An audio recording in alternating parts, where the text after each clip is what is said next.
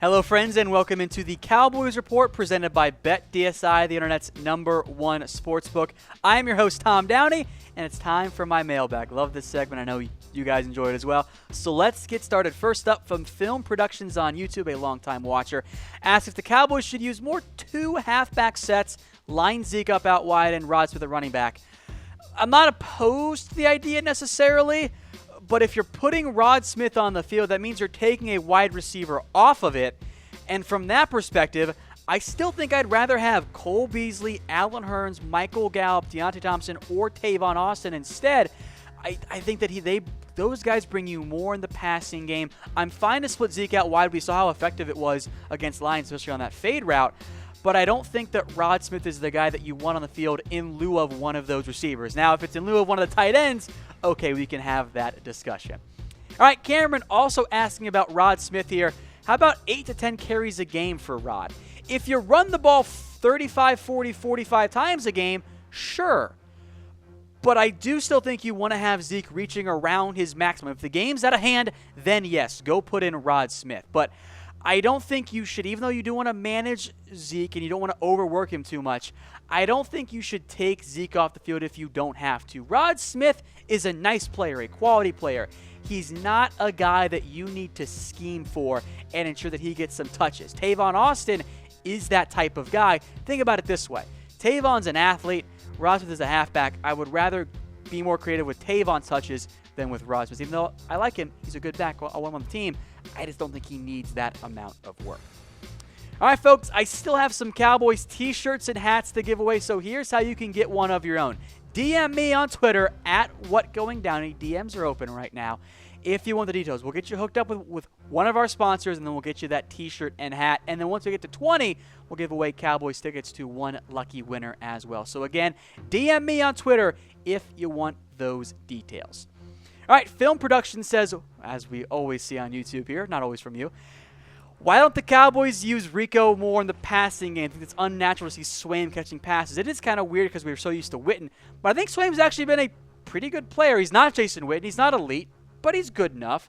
As for Rico, he's not the best tight end on this roster. I think he brings you the most upside in the passing game, but if you put Rico on the field, that's a pretty clear indication to teams of, hey, it's a pass play. That's what we're doing unless you have 3 tight ends. Now, I can be convinced into maybe Rico over Jarwin in some situations, but Rico still needs work in terms of learning the offense, knowing the nuances of football, which is way harder than I think we've ever given him credit for, and also the blocking as well. So you're not quite elite in all the phases, and as Jason Garrett kind of hinted at in a recent press conference, you want to get him reps, but you can't get him reps in scenarios where a mistake would ruin your drive or ruin the game for you. So he got more reps this week. I think we'll see more of him. He's not the best tight end on the field yet. I do want him in obvious passing downs on the field, yes, just not so much on the 2nd and 4 play action. I think that's just too obvious. But 3rd and longs, sure, send him out there.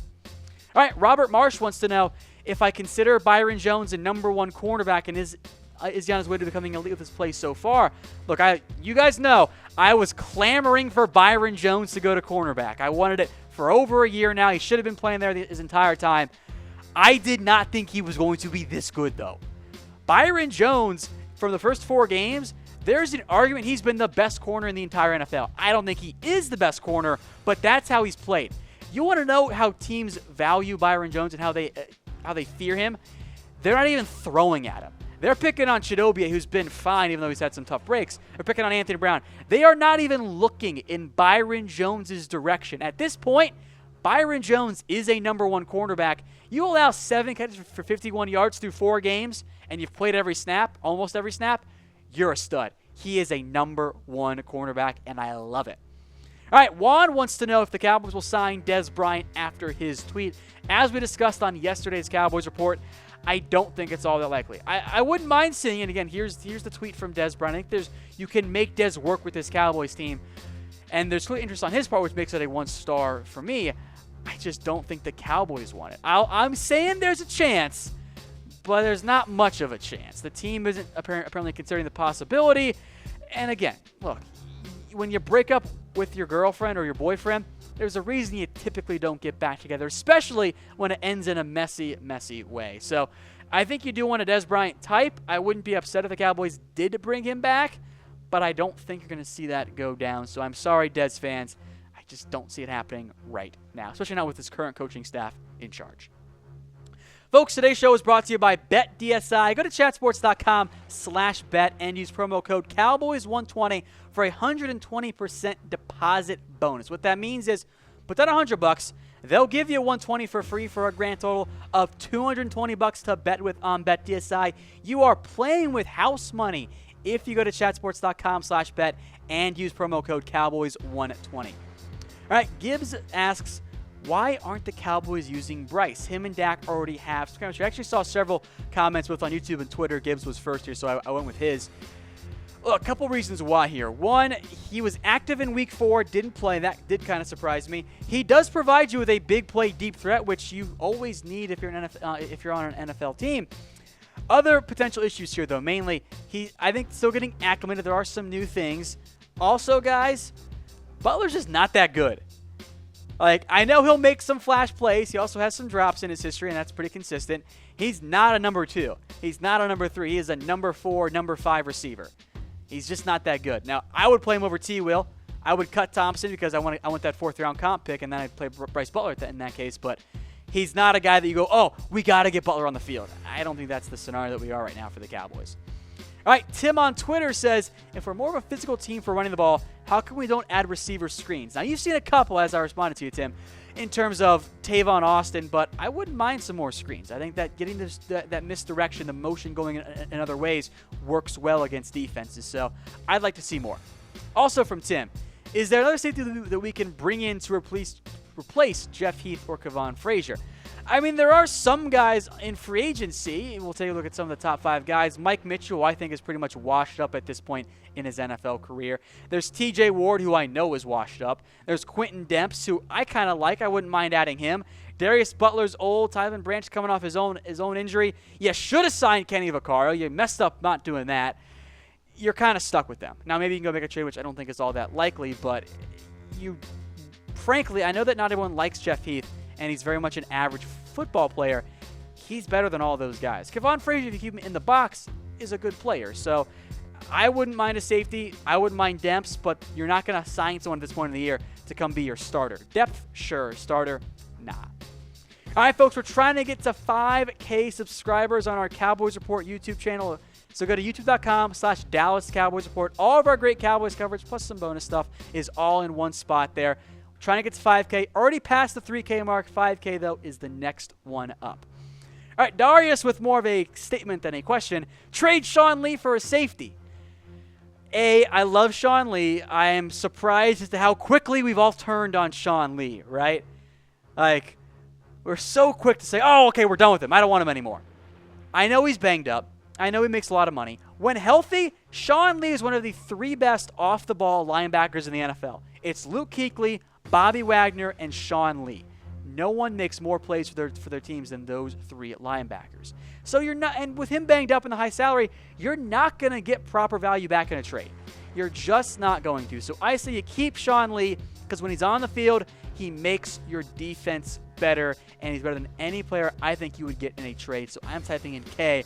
I don't think you want to trade Sean Lee. All right, Shep on Twitter says, over or under, Irving stays healthy, which, okay, we'll see, and gets 7 sacks by the end of the regular season. If he plays in every game and is healthy and is in his 2017 David Irving, 7 sacks is doable. He was great last year, but there's always something. There's always a but with David Irving. Oh, he was great last year, but he was suspended. Oh, he was great after he came back, but he got hurt. Oh, he is in shape now, but he wasn't in the offseason. Oh, he's got all these other issues. So there's always a but with David Irving, and that's, I think, an issue for the Cowboys. We'll talk more about that in a little bit. But as for you guys, let me know what you think. Over under 7 sacks for David Irving. I hope so. That'd be great. It means the Cowboys defense is clicking on all cylinders. I'll take the under, though. If you can give me 5 sacks from Irving, I'll be a happy camper. All right, back to Irving. Sam Anu, I think has a Twitter only for me. At least I choose to believe that. Says, Dak and Irving, could they sign team-friendly deals at the end of the season? We'll start off with David Irving here. And the Cowboys, they don't seem to trust David Irving. And I think there's a good reason for that. Because there's, again, as I just said, there's always the but.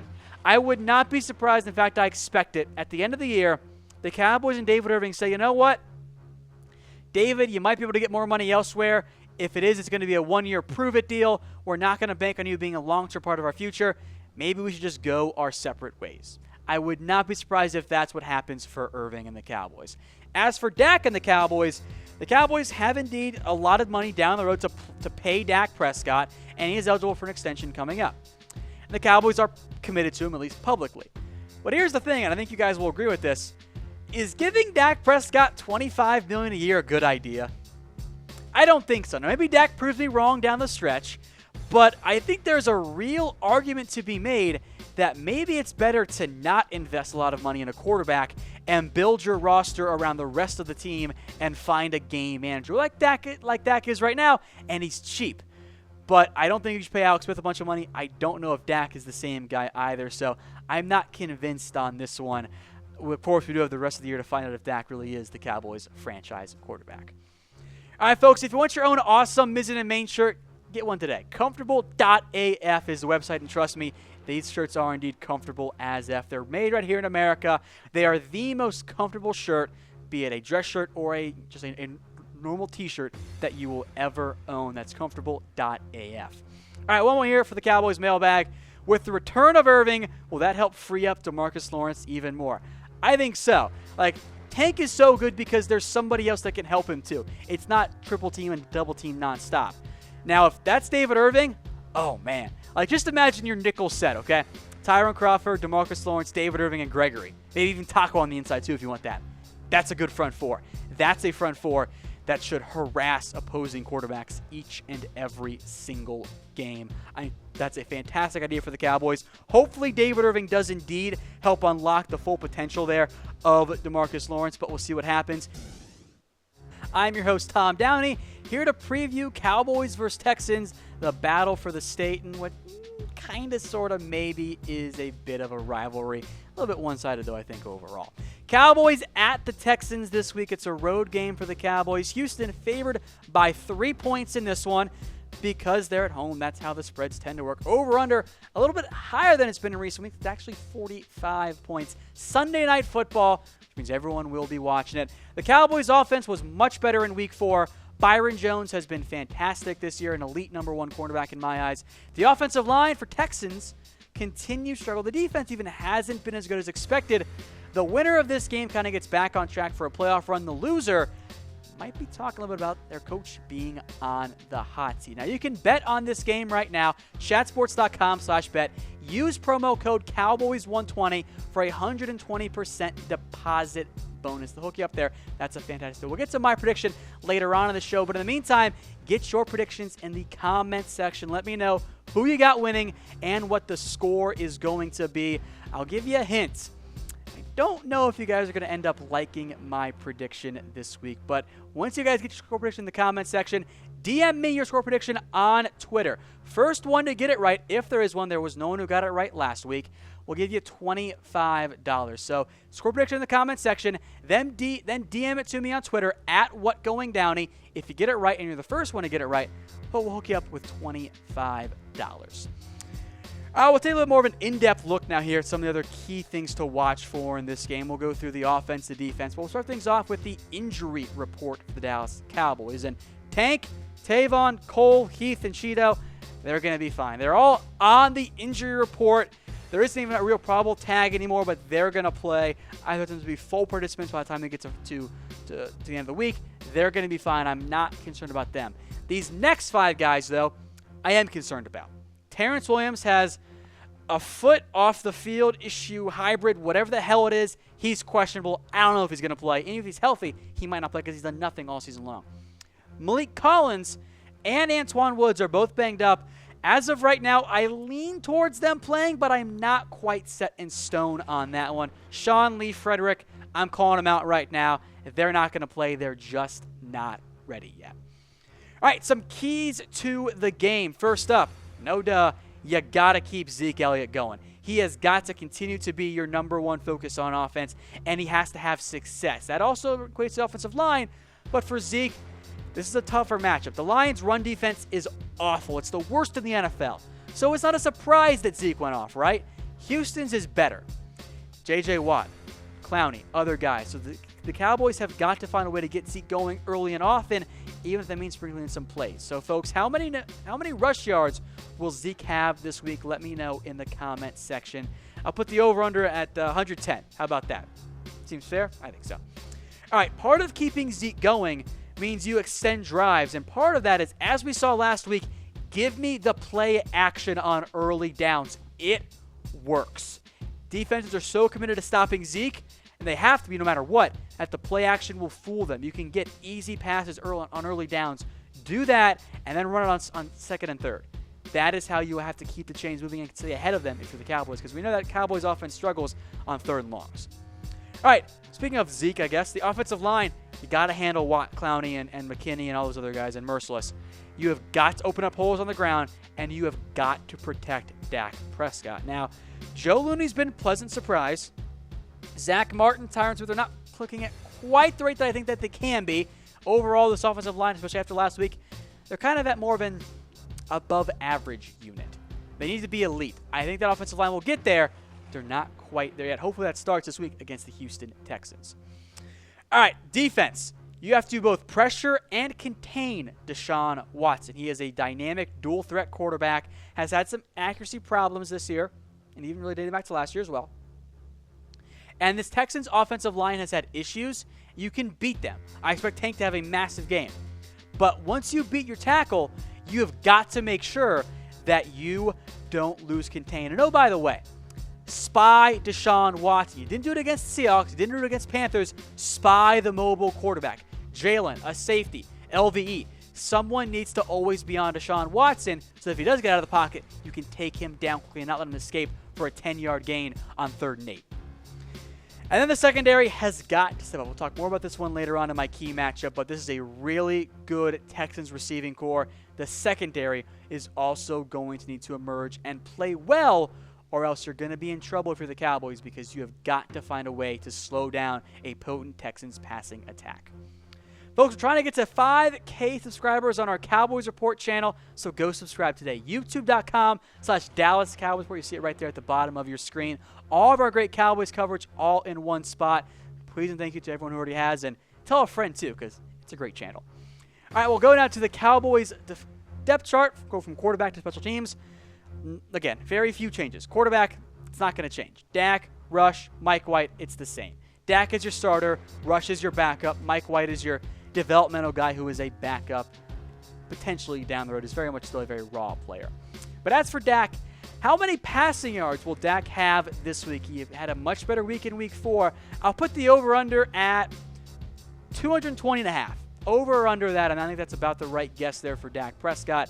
He's not going to air it out a ton. I hope not, because hopefully Zeke Elliott in this Cowboys ground game is also balling out. And again, don't freak out. You saw some stuff about how, Zeke's dealing with some knee injuries and his ankles, and he's kind of banged up. He's fine. He is a full participant in Wednesday's practice. He is going to be good to go. He is ready for another feasting this week against the Texans. Do not worry at all about Zeke's injuries. Receivers are kind of tricky. Cole Beasley, Hearns, and Gallup had the 3 most snaps last week. They all kind of rotated. Deontay Thompson was in there too. We know that Tavon's involved. I don't know if you'll see the Cowboys go to 6 receivers this week. We didn't see it last week, but Butler has another week. He brings you some deep threat. He's not going to be a number 2 receiver, but he can make some plays for you occasionally. T. Will, I don't even know what to do with him anymore. I'm about done and had it with Terrence Williams at this point. Tight ends, it's still Jeff Swaim as your number 1, Jarwin as your number 2, Rico as your number 3, but Rico did have a career high in snaps last week, so he's getting more playing time. Dalton Schultz, meanwhile, continues to be inactive. All right, to the offensive line, as mentioned before, no change in your starters. Maybe you'll see Su'a-Filo active this week. You continue to wait for Frederick to get healthy, but that doesn't seem to be happening anytime in the near future. Good edge rushers for the Texans, J.J. Watt, Clowney, Merciless. Key games for Smith and Collins. Plus, you can't ignore the interior guys, too. That's where Houston could attack with some blitzes.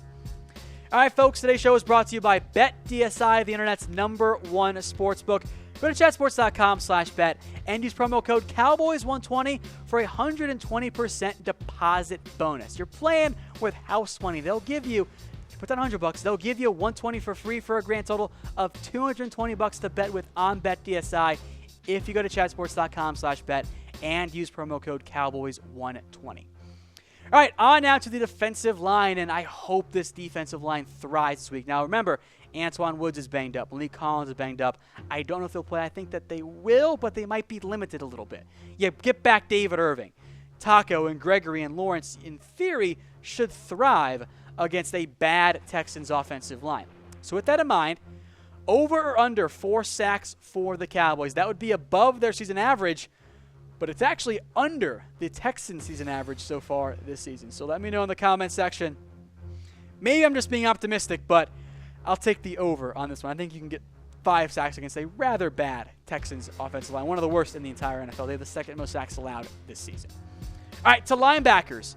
I know some of you guys didn't like Leighton Vander Esch as a draft pick, but he's been pretty good for the Cowboys. I'm surprised because I knew he was athletic and talented. I didn't think he was going to be this good this quick. He is ahead of the curve as to where I thought he was going to be. Sean Lee, I don't think will play. So in nickel set, it's going to be Jalen Smith and Leighton Vander Esch. Those are your top 2 linebackers. Defensive backs, beyond Byron Jones, I thought had a bad week against the Detroit Lions. The Lions didn't even look at Byron Jones. They picked on Awuzie. They picked on Anthony Brown. Jordan Lewis played 1 snap and got burnt for a touchdown. Jeff Heath was inconsistent Jeff Heath. You need him to be better and healthy. You need Xavier Woods to start making some big plays as well. All right, special teams. Once again, no changes. Brett the Goat Maher, Money Maher remains at kicker. Chris Jones, LP, Thompson, Austin. No changes there yet. It's the same old special teams, and so far, they've actually been pretty solid. Speaking of solid, this Mizzen and Main shirt is way better than solid. It is the most comfortable thing you will ever own. Get one of your own at comfortable.af today. They're made in America. Trust me, folks, you're not going to have a more comfortable dress shirt. I sleep in this thing. That's how comfortable it is. All right, on to the key matchup this week. I'm focusing on the defensive backs versus the wide receivers, Cowboys and Texans respectively. I don't think you'll see Houston throw up Byron Jones much. Now, if I'm the Cowboys, they haven't done this much this year. I think it's time for Byron Jones to shadow and follow DeAndre Hopkins. I know the Cheeto's big too, but I fear Hopkins. I don't want Hopkins on Awuzie, and God forbid I don't want him on a slot corner either, in Anthony Brown. The Texans have 3 good receivers. Hopkins is a stud. Will Fuller can fly, and Kiki Cutie looked pretty darn good last week. That is a matchup that I think actually favors Houston. Cheeto has not been bad. He's had some bad luck against the Lions last week. They're going to focus on him, and I always worry about Anthony Brown. He's been pretty good this year, but had some struggles against the Lions, as too did Jordan Lewis. All right, folks, it is prediction time. What is your score prediction for Cowboys versus Texans? Let me know in the comments section, and then we'll get to some giveaway here as well. But I'll give you mine first, all right? And then producer Lena's as well. I got Houston winning 21-17. I'm sorry. It's the first time I picked against the Cowboys all season long. I don't trust them on the road. I don't believe in Houston. That's what kind of worries me. But I think Houston got something going last week. It's a road game. That's what I'm picking against the Cowboys. Lena has Dallas winning 31-17 in an absolute rout. I hope that's the case. I want the Cowboys to win, but I think you're going to see the constant up and down this year for the Cowboys because this coaching staff is just not good enough. All right, folks, I do have some Cowboys t-shirts and hats to give away, so DM me on Twitter at WhatGoingDowney if you want those details. All right, we hooked up with one of our sponsors. Once we get to 20 that we've given away, one of you guys is getting Cowboys tickets. So DM me on Twitter at WhatGoingDowney, and we'll see you guys after the game with some Cowboys-Texans highlights.